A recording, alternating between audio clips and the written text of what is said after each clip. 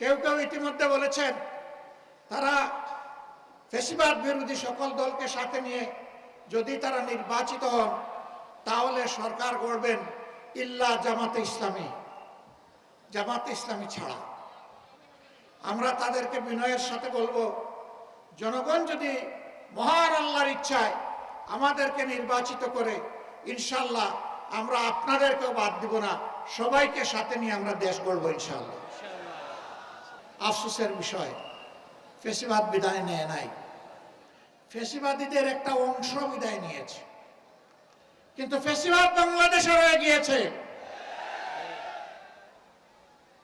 ফ্যাসিবাদীদের কিছু লক্ষণ আছে। এক নম্বর লক্ষণ হচ্ছে দুর্নীতি, দুই নম্বর লক্ষণ হচ্ছে চাঁদাবাজি, তিন নম্বর লক্ষণ হচ্ছে দখলদারি, চতুর্থ লক্ষণ হচ্ছে মা বোনদের ইজ্জত নিয়ে টানাটানি, পঞ্চম লক্ষণ হচ্ছে দেশকে গায়ের জুড়ে অস্থির করার অশনি সংকেত। সকল লক্ষণ আজকে বিদ্যমান। জনগণ দেখতে চায় জনগণের সরকার, যেই সরকার, সরকারের প্রত্যেকটি নিয়োজিত ব্যক্তি নিজের জন্য চিন্তা করার আগে জনগণের স্বার্থ নিয়ে ভাববে। জনগণের স্বার্থ জনগণের হাতে তুলে দেওয়ার পরে জনগণের অংশ হিসাবে সেও তার অংশ ভোগ করবে। যেই সরকার জনগণের ভাগ্যের পরিবর্তনের কথা বলে জনগণের সাথে প্রতারণা করে নিজের ভাগ্যের পরিবর্তন করবে না, যেই সরকার দুর্নীতিতে জড়াবে না, যেই সরকারের মদতপুষ্ট হয়ে কেউ চাঁদাবাজি করার দুঃসাহস দেখাবে না, যেই সরকারের সময় সমাজের সর্বক্ষেত্রে ন্যায় বিচার প্রতিষ্ঠিত হবে, নারী পুরুষ সকলেই সম্মানের সাথে শান্তিতে এই সমাজে বসবাস করে উন্নয়নের গর্বিত অংশীদার হবে, ভূমিকা রাখবে। পুরুষরাও রাখবে, নারীরাও রাখবে, নিরাপত্তা এবং সম্মানের সাথে রাখবে। এই নতুন ব্যবস্থাপনা বাংলাদেশের জনগণ দেখার জন্য মুখিয়ে আছে।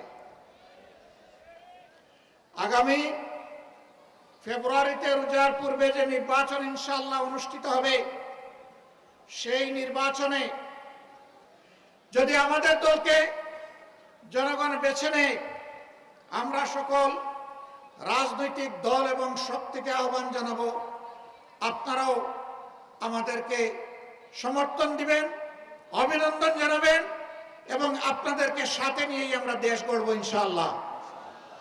কেউ কেউ ইতিমধ্যে বলেছেন তারা ফ্যাসিবাদ বিরোধী সকল দলকে সাথে নিয়ে যদি তারা নির্বাচিত হন তাহলে সরকার গড়বেন ইল্লা জামাতে ইসলামী, জামাতে ইসলামী ছাড়া।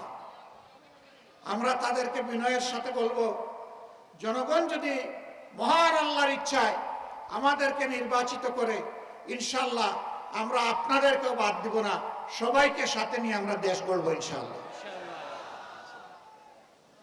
আমরা বিভক্ত জাতি আর দেখতে চাই না। জাতিকে যারা বিভক্ত করে তারা জাতির দুশ্মন। আমরা ওই দুশ্মনের রাজনীতির চাষ আর বাংলাদেশে হতে দেব না। কিছু লোক প্রপাগান্ডা ছড়ায়, জামাতে ইসলামী তো কোনোদিন সরকার চালায় নাই।